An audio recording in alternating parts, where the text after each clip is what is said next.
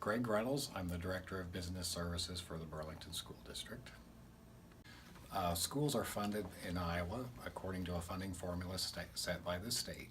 The basic budget for schools is set by a certified enrollment that is taken October 1st of each year. So based upon the number of resident students that the district serves, you take the certified enrollment times a cost per pupil that is also set by the state. The cost per pupil is determined for all schools, and each school for the most part gets the same cost per pupil across the state of Iowa. So you take our certified enrollment on October 1st times the cost per pupil, which is currently $6,664. The result of that formula determines the revenues that each school district has to work with for the subsequent year. So for the Burlington School District, we had a decline of 163 students this year, which will result in a loss of revenue a little bit in excess of $1 million for next year. The state has a mechanism in place to protect schools when they have declining enrollments as such.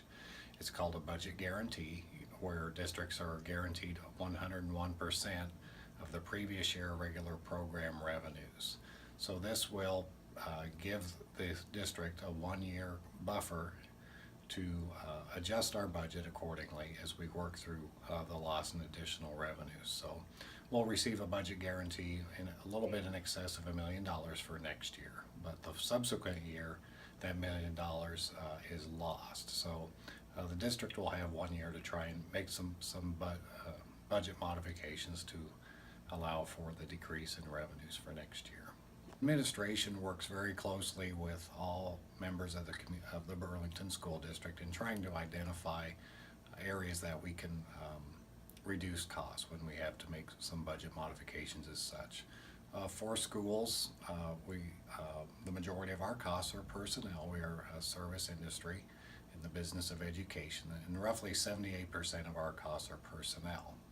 So we obviously try and do everything we can to protect teachers in the classroom. So we look very closely at other areas where we might be able to reduce costs without significantly impacting the education to the students and the programs that are offered to students. So we typically will work through each building and try and get input from staff members, community members, trying to gather input, on areas that are suggestions in which we might be able to reduce costs. So the revenues for the district are again based upon our certified enrollment and the cost per pupil by the state. So that, for the most part, sets the maximum spending authority that schools have. So the questions sometimes asked, well, can you just raise property taxes? Well, again, no, that property tax rate is basically determined by the state funding formula. So